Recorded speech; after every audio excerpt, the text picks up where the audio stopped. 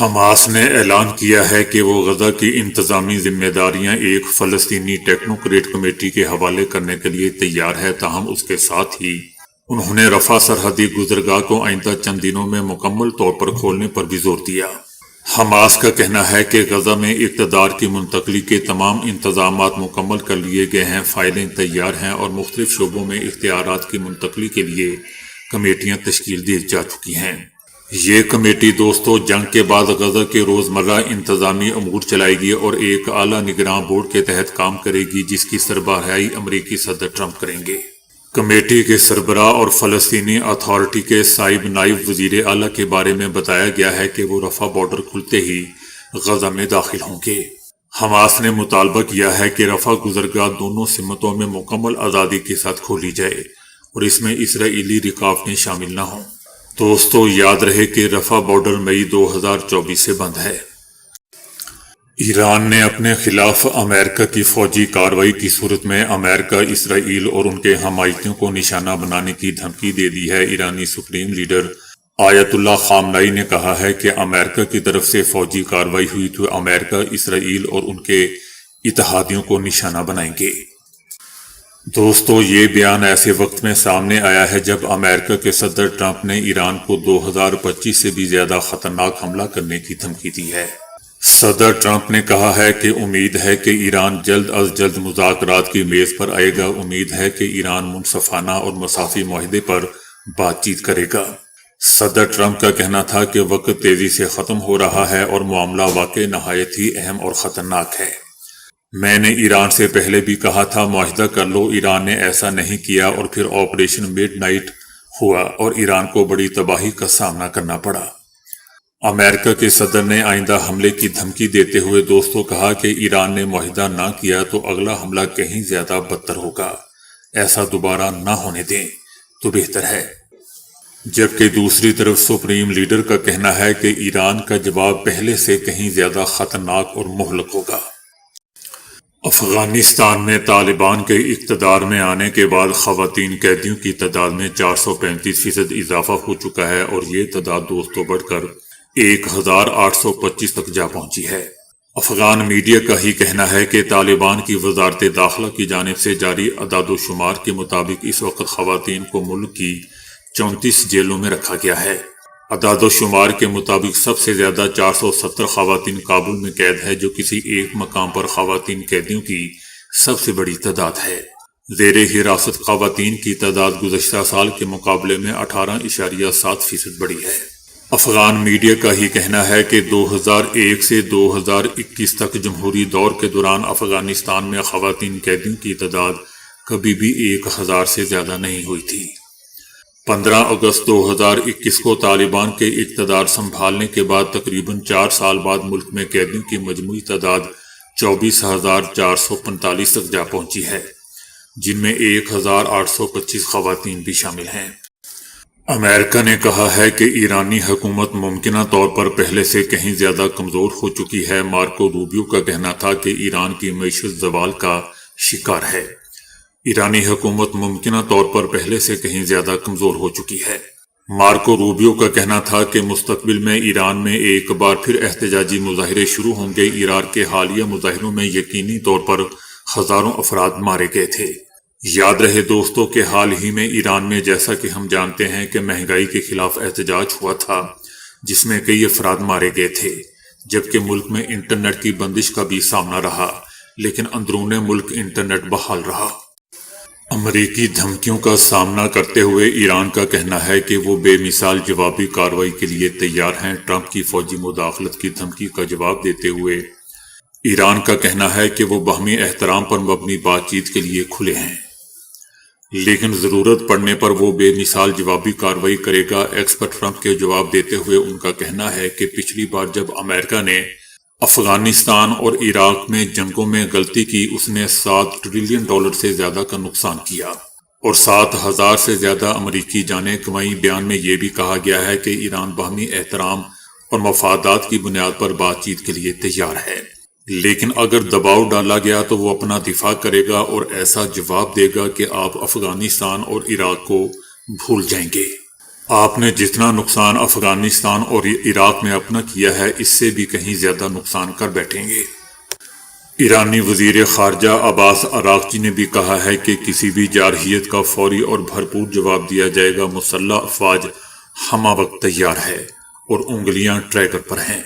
بری، بحری اور فضائی حدود کے دفاع کے لیے ایران مکمل الرٹ ہے۔ ایرانی وزیر خارجہ کا کہنا تھا کہ 12 روزہ جنگ کے تجربات نے دفاعی صلاحیت مزید مضبوط بنا دی ہے۔ ایران پہلے سے کہیں زیادہ تیز، مؤثر اور طاقتور جواب دینے کی صلاحیت رکھتا ہے۔ جیسا کہ دوستو میں پہلے بتا چکا ہوں کہ صدر ٹرمپ نے ایک بار پھر ایران کو دھمکی دی ہے کہ معاہدہ کرو یا پھر بدترین حملے کا سامنا کرو۔ صدر ٹرمپ کا کہنا تھا کہ ایک اور بہت بڑا آرمڈ طیارہ بردار بحری بیڑا ایران کی طرف بڑھ رہا ہے۔ یہ بڑی طاقت جوش اور مقصد کے ساتھ تیزی سے آگے بڑھ رہی ہے۔ امریکی صدر کا یہ بھی کہنا تھا کہ امید ہے کہ ایران جلد ہی میز پر آئے گا اور ایک منصفانہ اور مساوی معاہدے پر بات چیت کر لے گا۔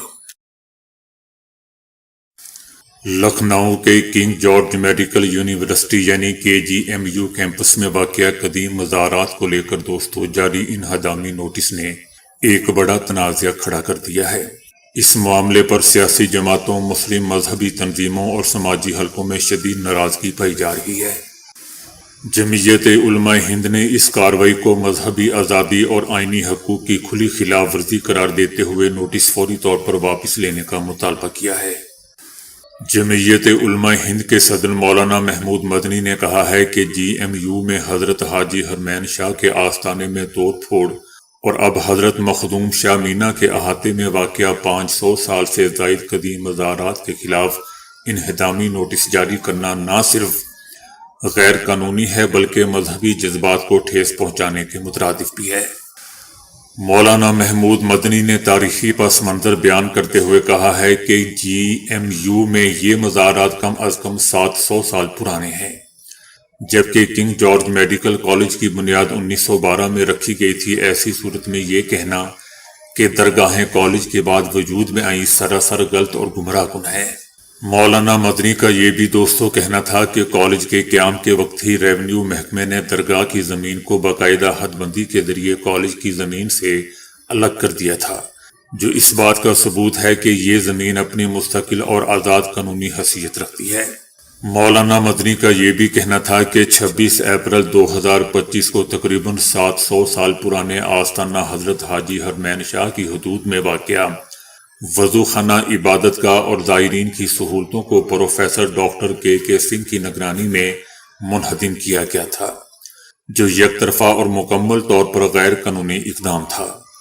اس کارروائی کے لیے نہ کوئی عدالتی حکم موجود تھا اور نہ ہی کسی قانونی اجازت کا سہارا لیا گیا۔ مولانا محمود مدنی نے واضح کیا کہ متعلقہ زمین وقف ایکٹ 1995 کے تحت باقاعدہ وقف جائیداد ہے اور سنی وقف بورڈ میں رجسٹرڈ ہے۔ وقف قانون کے مطابق وقف املاک سے متعلق کسی بھی تنازع یا کارروائی کا اختیار صرف مجاز عدالت کو ہی حاصل ہے، نہ کہ کسی تعلیمی ادارے یا اس کے افسران کو۔ مولانا مدنی نے سنی وقف بورڈ سے بھی مطالبہ کیا کہ وہ اس معاملے میں فعال اور مؤثر کردار ادا کرے۔ ان کا کہنا تھا کہ وقف بورڈ کی ذمہ داری ہے کہ وہ قدیم مزارات، مذہبی مقامات اور تاریخی ورثے کے منظم نشاندہی کے لیے خصوصی مہم چلائے۔ ان کا کہنا تھا کہ کسی بھی صورت میں تاریخی مذہبی ورثے کے ساتھ چھیڑ چھاڑ قابل قبول نہیں ہے۔ فرانس نے ایرانی آرمی کو تخریب کار گروپوں کی فہرست سے نکالنے کا مطالبہ کر دیا ہے۔ یورپی یونین ایران میں پیش رفت کے حوالے سے ہونے والے ایک اجلاس میں 20 ایرانی افراد اور اداروں کو پابندیوں کی فہرست میں شامل کرنے کا ارادہ رکھتی ہے۔ یورپی یونین کی ایران کے لیے نئے پابندیاں ان پرزوں کی برآمد پر پابندیاں عائد کرے گی جنہیں ایران ڈرون اور میزائل بنانے کے لیے استعمال کرتا ہے، اور کئی افراد اور اداروں کو بھی یوکرین کے ساتھ جنگ میں روس کی مدد کے بہانے پابندیوں کی فہرست میں شامل کیا جائے گا۔ اس دوران یورپی یونین کے کچھ ارکان نے ایرانی آرمی کو بھی نام نہاد تخریب کار گروپوں کی فہرست میں شامل کرنے کا مطالبہ کیا تھا، لیکن اب فرانس ایرانی آرمی کو نام نہاد تخریب کار گروپوں کی فہرست میں شامل کرنے کے خلاف واحد ملک بن چکا ہے، کیونکہ فرانس کو تشویش ہے کہ اس طرح کے اقدام سے ایران کے ساتھ مواصلاتی راستے مکمل طور پر منقطع ہو جائیں گے۔ جرمن چانسلر کا کہنا ہے کہ ایرانی حکومت کے دن گنے جا چکے ہیں۔ ان کا کہنا تھا کہ ایسا نظام جو اپنے ہی لوگوں کے خلاف کھلے تشدد اور خوف کے ذریعے اقتدار برقرار رکھے، اس کے دن گنے جا چکے ہیں۔ جرمن چانسلر کا مزید کہنا تھا کہ یہ چند ہفتوں کا معاملہ بھی ہو سکتا ہے۔ اس حکومت کے پاس ملک میں حکمرانی کرنے کی کوئی اخلاقی حیثیت باقی اب نہیں رہی۔ جرمن چانسلر کا دوستو، یہ بیان ایک ایسے وقت میں آیا ہے جب امریکی صدر ایران پر حملہ کرنے کی تیاری کر رہا ہے۔ صدر ٹرمپ نے آج ایک بار پھر ایران کو دھمکی دیتے ہوئے بتایا ہے کہ ہمارا ایک اور بحری بیڑا تیزی سے بھرپور طاقت کے ساتھ، جوش اور واضح مقصد کے ساتھ ایران کی طرف بڑھ رہا ہے۔ ان کا کہنا تھا کہ وینزویلا بھیجے گئے بیڑے سے بھی بڑے بیڑے کی قیادت عظیم طیارہ بردار بحری جہاز ابراہم لنکن کر رہا ہے۔ صدر ٹرمپ کا کہنا تھا کہ وینزویلا کی طرح یہ بحری بیڑا بھی طاقت تشدد سے اپنے مشن کو فوری مکمل کرے گا۔ ٹرمپ کا کہنا تھا کہ امید ہے کہ ایران جلد از جلد مذاکرات کی میز پر آئے گا، جوہری ہتھیار نہیں بلکہ ایسا معاہدہ کرے گا جو تمام فریقین کے لیے بہتر ہو۔ صدر ٹرمپ نے کہا ہے کہ ایران نے پہلے بھی میرے انتباہ کو نظر انداز کیا تھا، جس کا خمیازہ آپریشن مڈ نائٹ کی صورت میں بھگتنا پڑا تھا۔ صدر ٹرمپ نے خبردار کیا ہے کہ اگر ایران نے پھر ان کی وارننگ کو نظر انداز کیا تو مڈ نائٹ سے بھی بڑے اور خطرناک حملے کے لیے تیار رہے۔ صدر ٹرمپ کا کہنا ہے کہ ایران کے لیے وقت تیزی سے نکل رہا ہے اور اب ختم ہونے کے قریب ہے، وہ فوری طور پر جوہری معاہدے کے لیے مذاکرات کی میز پر واپس آ جائے۔ صدر ٹرمپ نے ایران پر زور دیا کہ اس بار ایسا معاہدہ کرے جس میں جوہری ہتھیار نہ ہوں۔ ترکی نے بھی امریکہ پر زور دیا ہے کہ وہ ایران کے ساتھ جوہری مذاکرات دوبارہ شروع کرے۔ ترکی کا کہنا ہے کہ ایران کے ساتھ مسائل کو پیکج کی صورت نہ دیکھا جائے بلکہ ایک ایک کر کے حل کیا جائے، جس کی ابتدا جوہری معاملے سے کی جائے تاکہ پیش رفت ممکن ہو سکے۔ ادھر اسرائیلی وزیر اعظم نیتن یاہو نے بھی دوستوں ڈرتے ڈرتے بڑک مارنے کی کوشش کی ہے کہ اگر ایران نے اسرائیل پر حملہ کیا تو اسے ایسی طاقت کا سامنا کرنا پڑے گا جو اس نے پہلے کبھی نہیں دیکھی ہوگی۔